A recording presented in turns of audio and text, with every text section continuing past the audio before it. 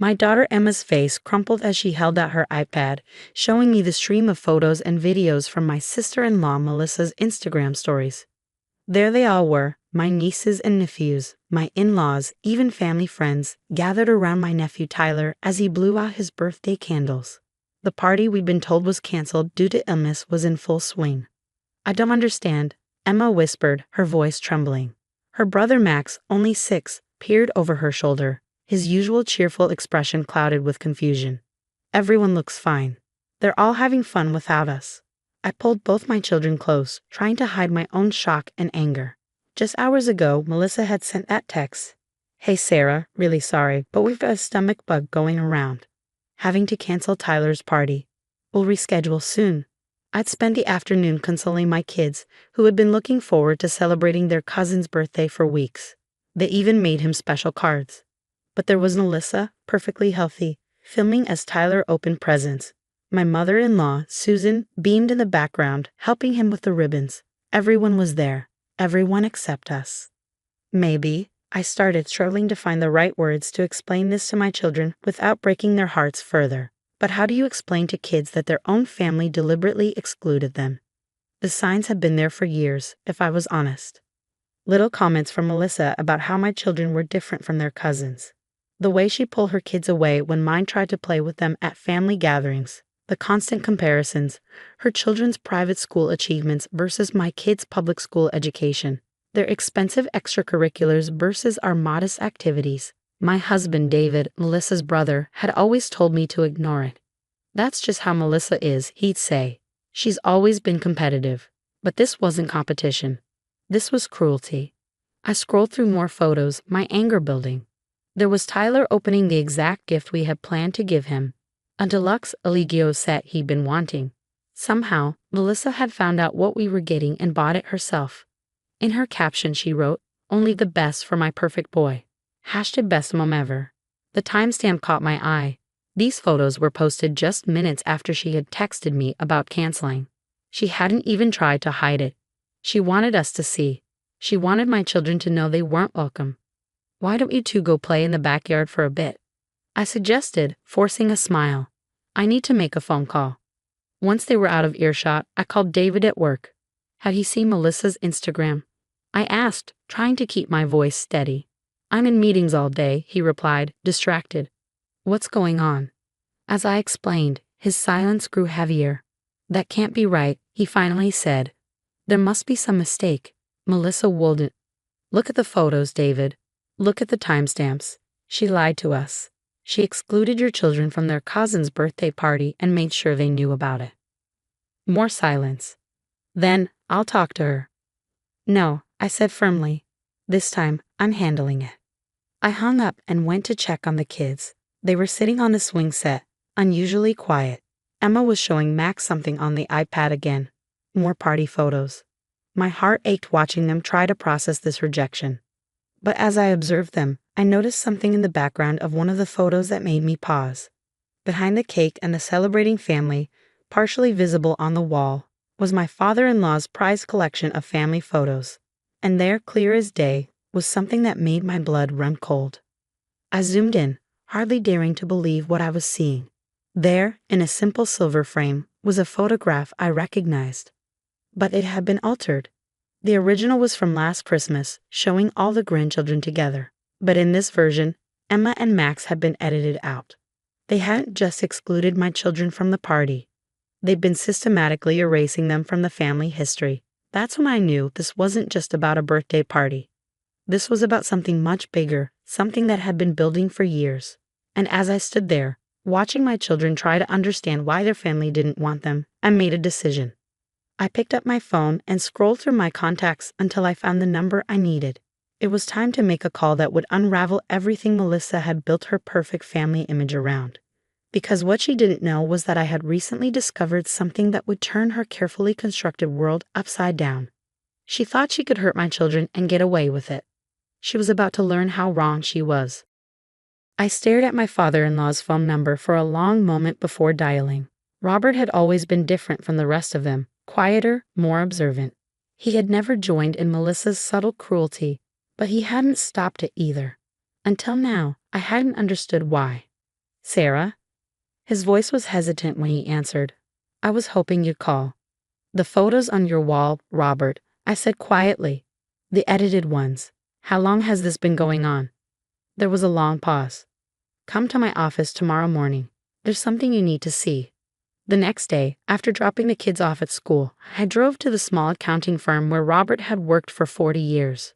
His office was cluttered but organized, every file in its place.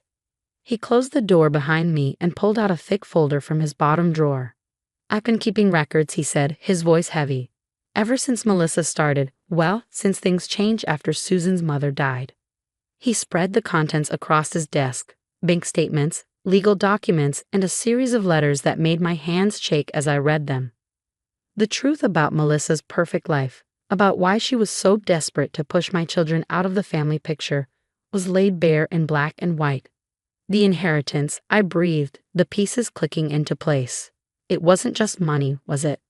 Robert shook his head. My mother-in-law left specific instructions. The family estate, the trust fund. It's all to be divided equally among the grandchildren when they turn 21. All the grandchildren. And Melissa doesn't want to share. I finished, understanding dawning. She's been trying to force us out before Emma comes of age. It's worse than that, Robert said, pulling out another document. Melissa's been embezzling from the trust, using the money for her perfect lifestyle. If there's an audit when Emma turns 21, she'll go to jail, I finished. The expensive private schools, the lavish parties, the constant social media posts about her wonderful life. It was all built on stolen money. Money that partially belonged to my children. Why are you showing me this now? I asked. Robert's eyes filled with tears. Because I saw Emma's face yesterday through the window at the party. She looked just like her grandmother, Susan's mother. The same kind eyes, the same gentle spirit. I can't watch Melissa hurt those kids anymore. I gathered the documents with trembling hands. What do you want me to do? What you think is right, he replied. But Sarah, be careful. Melissa won't take this well. On my way home, my phone buzzed with a text from Melissa. Hope the kids aren't too disappointed about missing the party. Maybe next time. The fake sweetness made my stomach turn. I thought about Emma and Max, how they cried themselves to sleep last night, believing their family didn't love them. I thought about all the other slights over the years, the lost birthday invitations, the forgotten Christmas gifts, the constant exclusion. When I got home, I found an email from Robert containing scanned copies of everything he'd shown me, along with one more document, his sworn statement about Melissa's financial manipulation. I sat down at my computer and began composing 2 emails. The first was to our family lawyer, attaching all the evidence and requesting an immediate audit of the trust fund. The second was to Melissa. Dear Melissa, I wrote, thank you for sharing those lovely party photos. I particularly enjoyed seeing Dad's photo wall in the background. Interesting editing choice, removing Emma and Max. I wonder what the trust fund administrators would think about that and about some other creative editing you've been doing with the accounts. I attached a single bank statement showing a large unauthorized transfer from the trust to her personal account. Would you like to explain this to the family, or should I? My finger hovered over the send button. This would change everything. There would be no going back, no maintaining the facade of family harmony.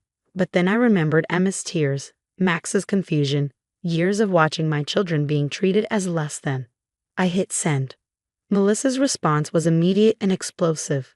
My phone started ringing seconds later, but I let it go to voicemail. Instead, I went outside where Emma and Max were playing and pulled them into a tight hug. Things are going to be different now, I promised them. No more canceled parties, no more lies. How do you know? Emma asked, her eyes still holding traces of yesterday's hurt. Because sometimes, I said, watching my phone light up with increasingly frantic messages from Melissa. The truth has a way of fixing things that kindness couldn't. I looked at my buzzing phone one last time before turning it off.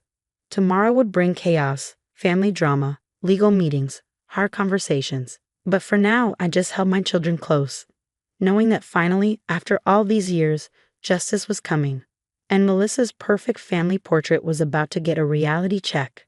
The fallout was immediate and devastating. By morning, Melissa had rallied the family against me, sending a barrage of angry messages, calling me spiteful and jealous. My mother-in-law, Susan, left a tearful voicemail about how I was tearing the family apart. But the bank statements and trust fund documents spoke louder than their accusations. David, my husband, sat stunned at our kitchen table as I showed him everything his father had given me. All this time, he whispered, looking at the evidence of his sister's theft. All those times she made us feel like we weren't good enough, like our kids weren't good enough. She was stealing from them. Not just stealing, I corrected gently. She was trying to push them out completely. The edited photos, the constant exclusion.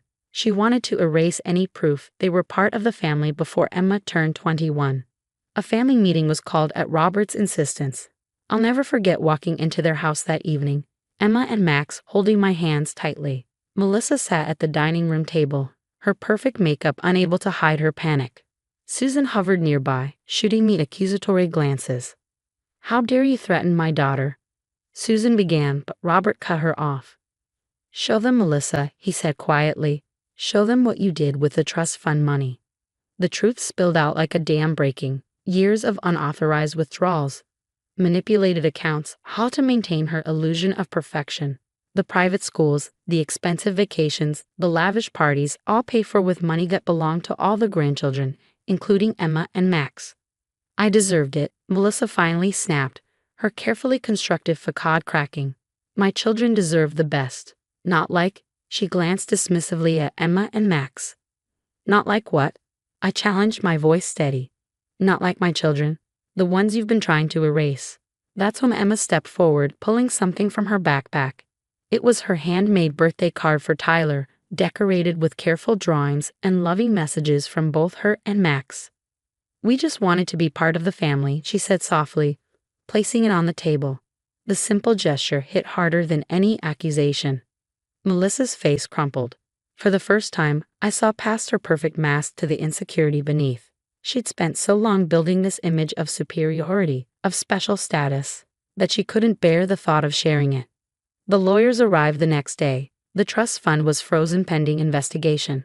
Melissa's carefully curated social media went silent. No more perfect family photos, no more elaborate parties, no more carefully edited reality. Tyler's rescheduled birthday party was held 2 weeks later, a simple celebration this time, with no expensive decorations or catered food. But Emma and Max were there, watching their cousin open their handmade card with genuine joy. Robert took a new family photo, one that included everyone, and hung it prominently on the wall. Susan still struggles to accept the change in family dynamics, but she's trying. David has found his voice, standing up to his sister's attempts at manipulation. And Melissa? She's been ordered to repay everything she took from the trust fund. Her perfect facade has cracked, but maybe that's not such a bad thing. Last week, Emma came home from school excited about a playdate with her cousins, the first one they'd ever been invited to. As I watched them play together, laughing and unguarded, I realized that sometimes it takes breaking something to fix it properly. The family isn't perfect anymore, but it's real, and my children finally have the place in it they always deserved. "Mom," Emma said that evening, snuggled up next to me on the couch, "I'm glad you didn't let them make us disappear." I hugged her close, thinking of that edited family photo that had started it all. "Some people are worth fighting for," I told her. "And you and Max, you're worth everything." The truth had cost us the illusion of a perfect family, but it had given us something better, a chance at a genuine one. And watching my children finally being treated as equals, finally being included and loved, I knew it had been worth every difficult moment. Sometimes the biggest act of love isn't maintaining peace. It's being brave enough to shatter it when that peace is built on lies. My children would grow up knowing that, and knowing that they were never the ones who needed to be edited out of the picture. They were the ones who made it complete.